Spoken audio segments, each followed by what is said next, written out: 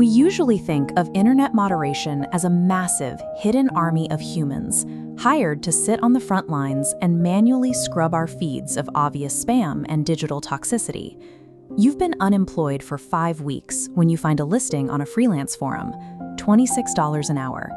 You log into a pristine platform called Eon, and you are immediately given 45 seconds to make a decision on a piece of content. At first, the rhythm feels productive. You clear 400 standard spam accounts, stolen images, and fake reviews in a single shift. By week 2, the content shifts. You start reviewing silent, 6-minute videos of completely empty rooms, gathering thousands of views.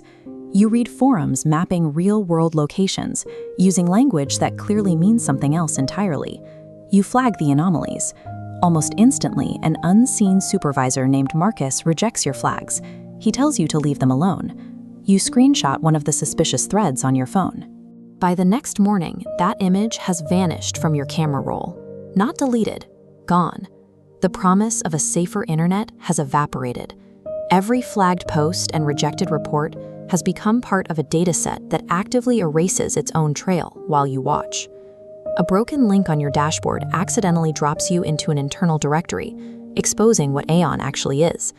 Aeon sits as an invisible architectural layer beneath 31 of the largest internet platforms. Content those tech giants cannot categorize gets routed here. Look at the workforce inside. The system lists 180 top clearance moderators, but only 11 are active. You find the log of a woman named Sujin. She quit her job in Seoul 4 months ago, yet her ghost account remains perfectly active within the system. The system is harvesting the intuition of its remaining workers. Every decision you make is archived, indexed, and used to calibrate the machine that will ultimately replace you. You are quietly promoted to Tier 3. The weird videos are gone, replaced by real people having real conversations, planning dangerous, documented actions. You write a report about an escalating user. Marcus replies with a chilling new directive. Monitor the threat constantly, but do not escalate it to law enforcement. Then an unprompted wire transfer hits your bank account, $11,000, a holding company in Luxembourg. No invoice, no explanation.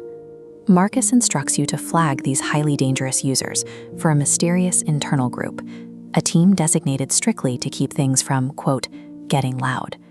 You pay off your credit card. You buy food without checking prices. The money buys your silence and ensures your obedience, right before the system completely restructures. 5 months in, Marcus announces the final shift. Tiers 1 through 5 are moving to full automation. The human workforce is eliminated entirely. You are kept on, given a bizarre new title, Chief Human Oversight Officer. This visualization tracks millions of AI decisions made every minute, leading to a few manual authorizations for compliance. This signature is a liability shield, preventing the law from classifying the machine as the sole arbiter of online expression. You sign the contract. You convince yourself that because you hesitate, because you understand the weight of the content, you are a safer choice than whoever they would hire to replace you. That night, you sit alone in a dark room. The queue refreshes. 1,200 new automated decisions populate the screen. The machine has already decided. It just needs you to click the button. The human anchor provides the final layer of the architecture. By securing human signatures for a fraction of its decisions, the platform creates a buffer between its automated logic and the regulatory frameworks that require human oversight.